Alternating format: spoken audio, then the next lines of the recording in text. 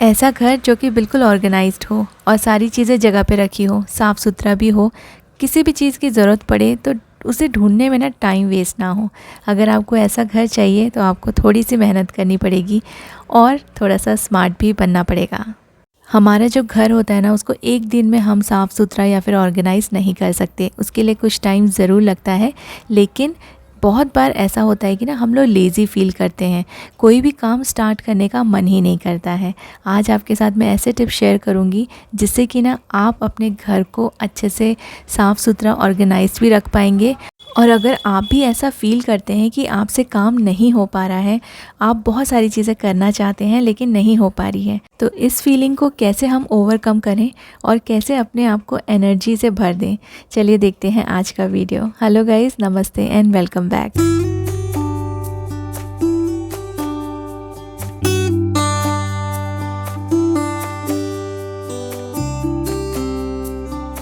आप मेरे वीडियो में अक्सर नोटिस करते होंगे कि आपको मेरा घर साफ़ लगता है और इनफैक्ट आप मुझे कमेंट भी करते हैं कि आपका घर बहुत सुंदर है, काफ़ी आप अच्छे से रखते हैं, साफ़ सुथरा रखते हैं। तो देखिए, ये जो चीज़ है ना, ये एकदम से नहीं हुई है। कुछ साल पहले तक मुझे भी ये बहुत ज़्यादा डिफ़िकल्ट लगता था और पूरा टाइम ना मुझे ऐसा लगता था कि मैं सोती रहूं। और प्लानिंग तो मैं बहुत करती थी कि ये भी कर लूँ, वो भी कर लूँ, लेकिन कुछ भी हो नहीं पाता था। जैसे ही मेरे हस्बैंड ऑफिस जाते थे और मेरी बेटी स्कूल चली जाती थी, मैं बस मोस्ट ऑफ़ द टाइम मैं रेस्ट करती थी और सो जाती थी। और उनके वापस आने के कुछ घंटे पहले ही, जैसे 1 घंटा या 2 घंटा पहले ही, मैं उठ के अपने घर के सारे काम फटाफट निपटाती थी। तो ये जो चीज़ था ना, ये मेरा जो टाइम था बहुत ज़्यादा वेस्ट हो जाता था। तो मुझे काफ़ी गिल्टी फ़ील होने लगा था कि मैं सिर्फ सोती रहती हूँ और पूरी प्लानिंग तो करती हूँ कि आज ये क्लीन करूँगी, वो क्लीन करूँगी, डीक्लटरिंग करूँगी, लेकिन कुछ भी हो नहीं पाता था। तो कुछ चीज़ें मैंने अपने इसमें चेंजेस लाई, अपने आप में मैंने बहुत सारे बदलाव लाए, जो इतना भी डिफ़िकल्ट नहीं था जितना मुझे लगता था। तो देखिए, बहुत सारी चीज़ें हम लोग अपने आप में बदल सकते हैं और फिर ये सारे चेंजेस के बाद ही मेरा घर हमेशा अब ऑर्गेनाइज रहता है और साफ़ सुथरा भी रहता है। तो चलिए मैं आपके साथ शेयर करती हूँ कि मैंने क्या क्या अपने आप में चेंजेस लाए, जिससे कि मैं इस चीज़ को ना, जो लेज़ीनेस है, जो सुस्ती आती रहती, नींद आती रहती, उसको मैं ओवरकम कर पाई। तो सबसे पहला काम तो मैंने ये किया कि बहुत सारी चीज़ें ना मैं प्लान कर लेती थी। ये बहुत बड़ी गलती थी मेरी कि इतनी सारी प्लानिंग कर लेती थी कि आज ये वाला कॉर्नर भी साफ़ कर लूँगी, वार्डरोब भी साफ़ कर लूँगी, किचन के कैबिनेट भी साफ़ कर लूँगी। फिर क्या होता था ना, इतने सारे काम जब मैं देखती थी, उस काम को देख कर ही मुझे ऐसा लगता था कि बाप रे, ये मेरे से आज नहीं होने वाला है। और एक बार तो मैंने बहुत बड़ी गलती की, पूरा का पूरा वार्डरोब खाली कर लिया कि इसको क्लीन करूँगी, और इतने सारे कपड़े, इतना सारा सामान वार्डरोब में था, वो सब कुछ बाहर आ गया था। और फिर मुझे 2 दिन लगे उस पूरे वार्डरोब को क्लीन करने में और अरेंज करने में। तो ये वाली जो गलती होती है ना, सारी चीज़ें एक ही टाइम पे कर लेने की, ये गलती करना हम लोग ने बंद करना है। सबसे पहले तो आप लिस्ट बना लीजिए कि कौन कौन से काम आपको करने हैं, लेकिन ये सारे के सारे काम आपको एक दिन में नहीं करने हैं। आप 1 महीना लगाइए, 2 महीना लगाइए, लेकिन एक दिन में किसी के लिए भी पॉसिबल नहीं होता है सारी चीज़ें साफ़ कर लेना या फिर अरेंज कर लेना। तो अपनी जो टू डू लिस्ट है उसे प्रिपेयर कीजिए, और उस लिस्ट के साथ में जो आपने काम लिखे हैं ना, उसके सामने आप डे और डेट और टाइम भी लिखिए कि कौन सा दिन आपको टाइम मिल पाता है। जैसे कि संडे अगर आप फ्री रहते हैं तो आप संडेज़ कर सकते हैं, सैटरडेज़ अगर आप कुछ 2 या 3 घंटे निकाल सकते हैं, उस टाइम पे आप वो वाला काम कर लीजिए। तो वो जो भी काम आप लिख रहे हैं ना, उस काम में कितना टाइम लगेगा, अगर वो बहुत ज़्यादा टाइम कंज्यूमिंग है तो आप छुट्टी के दिन कीजिए, और अगर वो छोटे मोटे काम है तो आप चलते फिरते भी कर सकते हैं। या फिर आप एक और रूल फॉलो कर सकते हैं, 15 मिनट्स आप डेली अपने हर एक रूम को दीजिए। तो 15 मिनट्स अगर आप देंगे और छोटी मोटी चीज़ें आप क्लीन कर लेंगे ना, तो आपका बहुत सारा काम, साफ़ सफाई उसी टाइम पे निपट जाएगा। और बहुत सारे लोग ये गलती करते हैं, ओकेशनली जो क्लीनिंग करते हैं ना हम लोग, तो उसमें ना आप टायर्ड भी बहुत ज़्यादा हो जाते हैं और बहुत सारी चीज़ें आपको एक दिन में करनी पड़ती है। उससे हमारा जो रूटीन है ना, वो भी डिस्टर्ब हो जाता है। तो बहुत ज़्यादा एक दिन में सफाई करने से अच्छा, या फिर ओकेशनली साफ़ करने से अच्छा, डेली आप थोड़ी थोड़ी सी क्लीनिंग करते रहिए। कभी कभी घर में बहुत ज़्यादा सामान देखने के बाद भी हम लोग को ना लेज़ीनेस फ़ील होता है, फ्रस्ट्रेशन आता है कि इसको कहाँ रखें, उसको कहाँ रखें, और कहीं भी घर में जगह नहीं हो पाती है। तो बहुत सारा सामान अगर आपके पास है तो सबसे पहला काम है, थोड़ा थोड़ा करके डीक्लटर कीजिए। कुछ सामान आप थ्रो कर दीजिए जो बिल्कुल भी यूज़फुल नहीं है, कुछ आप डोनेट कर दीजिए, जो भी करना है, लेकिन आपको डीक्लटर करना बहुत इम्पॉर्टेंट है। और जब तक आपने कोई चीज़ फेंकी नहीं है तब तक आप नया सामान मत लीजिए। पहले पुराने सामान को यूज़ कीजिए, अगर उसका यूज़ करना हो गया है उसे निकाल दीजिए, उसके बाद आप उसके जगह पे न्यू सामान खरीदिए, तब जाके आपके घर में स्पेस होगा। घर में उतनी ही चीज़ रहेगी जितनी आप यूज़ करते हैं एक्चुअली में, और जितनी ज़रूरत है तो आप उनको ईज़िली मैनेज कर पाएंगे। देखिए, टाइम इज़ मनी, तो टाइम को बिल्कुल मनी की तरह हम लोग को यूज़ करना है। जैसे मैंने आपको बताया कि पहले मेरे हस्बैंड ऑफिस जाते थे तो मैं सो जाती थी, तो मेरा बहुत सारा पूरा का पूरा दिन ही वेस्ट हो जाता था। और फिर बाद में बहुत ज़्यादा सोने से भी ना हम लोग को बहुत सुस्ती आती है, लेज़ीनेस लगता है।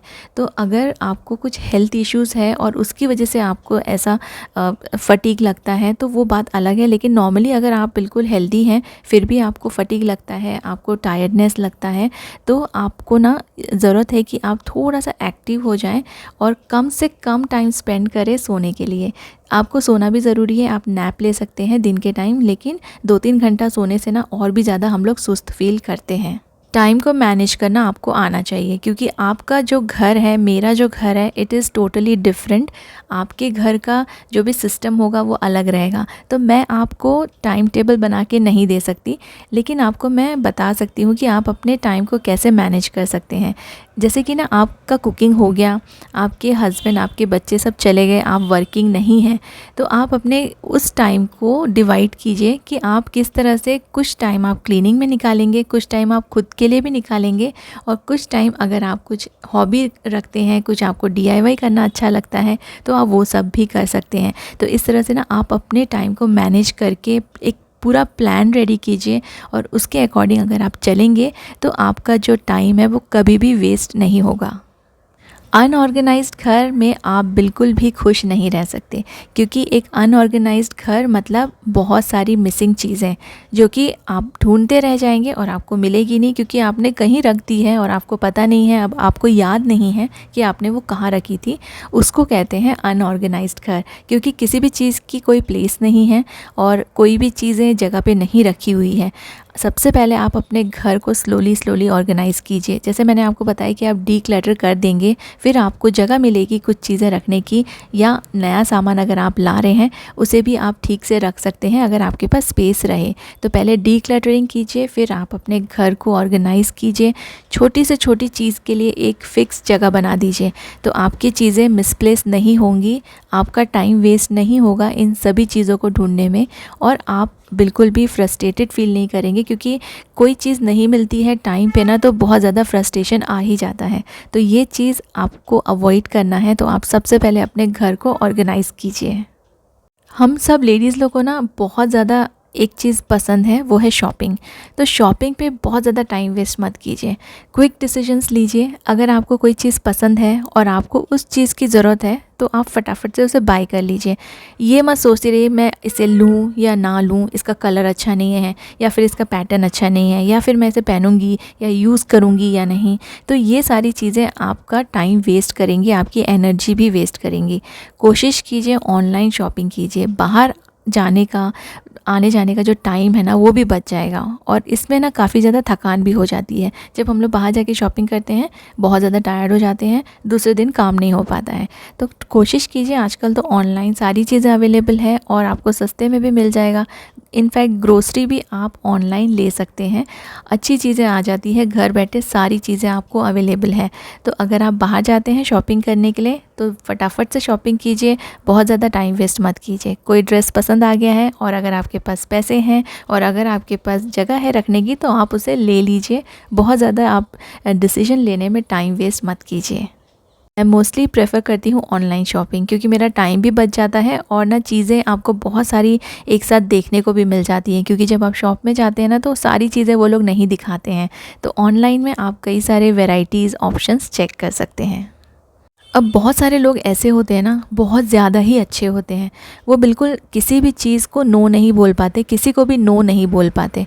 तो आप उतना ही काम अपने सर पे लीजिए जितना आप मैनेज कर सकें या कर सकें। अगर आपके पास टाइम नहीं है और किसी ने आपको कुछ काम दे दिया हो तो आप उनको पोलाइटली नो बोल सकते हैं। तो आप याद कीजिए, आपने भी बहुत बार आपके साथ ऐसा हुआ होगा कि आपने किसी का कुछ काम अपने सर पे ले लिया है, बिल्कुल भी आपका मन नहीं है वो काम करने का, लेकिन आप उसे नो नहीं बोल पाए और आपने बहुत सारा काम ले लिया। आपके घर का भी काम आपके सर पे है और आपने अपने किसी रिलेटिव या फ्रेंड को हेल्प करने के लिए उनका काम भी सर पे ले लिया। फॉर एग्ज़ाम्पल, अगर आपके पास टाइम नहीं है और आपको अपनी बेटी को पिक करने जाना है और आपके किसी फ्रेंड ने बोल दिया प्लीज़ मेरे बच्चे को भी आज पिक कर लेना, फिर आपको क्या करना पड़ेगा, आपको उसके बच्चे को पिक करके उनके घर पे ड्रॉप करना पड़ेगा। वहाँ पे आपका टाइम वेस्ट हुआ। और अगर आपने उस दिन को किसी और चीज़ के लिए प्लान करके रखा है तो वो आप नहीं कर पाएंगे। तो ये सिर्फ मैंने एक छोटा सा एग्जाम्पल दिया था। ऐसी बहुत सारी बातें होती हैं जो हमारे फ्रेंड्स, हमारे रिलेटिव्स, हमारे जान पहचान वाले हमसे एक्सपेक्ट करते हैं और हम लोग कई बार कर भी देते हैं। लेकिन कभी कभी ऐसा होता है ना कि बिल्कुल हमारे पास टाइम नहीं होता है, फिर भी हम उनको ना मना नहीं कर पाते हैं। तो आप मना करना सीखिए, नो बोलना सीखिए। नो बोलने में कोई बुराई नहीं है। अगर आपसे नहीं हो पा रहा है तो आप मना कर सकते हैं। अब आप मुझे ये बताइए कि आप में से कौन कौन अपने आप की तरफ भी ध्यान देता है। अगर आप अपने आप से प्यार नहीं करेंगे ना, तो आप अपनी फैमिली के या आप किसी और के लिए केयर नहीं कर पाएंगे। आपको सबसे पहले खुद की केयर करनी है। अपने बॉडी के साथ साथ आपको अपने आप को भी नरिश करना है। अच्छा खाना खाना है, जो अच्छा लगता है वो पहनना है, जैसे आपको अच्छा लगता है वैसे रहना है। आप ना अपना ध्यान रखिए। अगर आप अच्छे से अपना ध्यान रखेंगे और अगर आप खुद हैप्पी रहेंगे ना, तभी आप अपनी फैमिली को, अपने बच्चे को, अपने हस्बैंड को, अपने सबको, जितने भी लोग आपके साथ रहते हैं, आपके रिलेटिव, सबको आप हैप्पी रख पाएंगे। अगर आप खुद खुश नहीं हैं तो आप दूसरों को भी खुश नहीं रख सकते। ट्राई कीजिए, अपने आप की तरफ ध्यान दीजिए, जो लगता है आपको अच्छा वो कीजिए। अपने फ्रेंड्स लोग से बात कीजिए, उनके साथ टाइम स्पेंड कीजिए, क्योंकि कई बार ना किसी से बात करके, अपने फ्रेंड्स लोग के साथ टाइम स्पेंड करके भी आप फ्रेश फील करेंगे। अगर आप ये सब नहीं करेंगे तो आप हमेशा ही लोनलीनेस या फिर फ्रस्ट्रेटेड फील करते रहेंगे।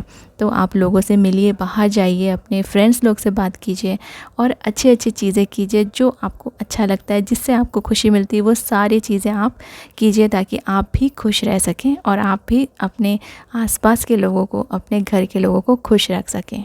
आज जितनी भी बातें मैंने आपके साथ शेयर की हैं, ये सब बहुत बहुत असर करती हैं किसी के भी लाइफ में। अगर आप इनको फॉलो करेंगे ना, एक बार ज़रूर फॉलो करके देखिए ये सारी बातें, आपका बहुत सारा आप फील करेंगे कि आप खुद भी चेंज हुए हैं और आपको अच्छा भी फील होने लगा है। आई होप आपको ये सारी चीज़ें यूज़फुल लगी होंगी। Thank you so much for watching.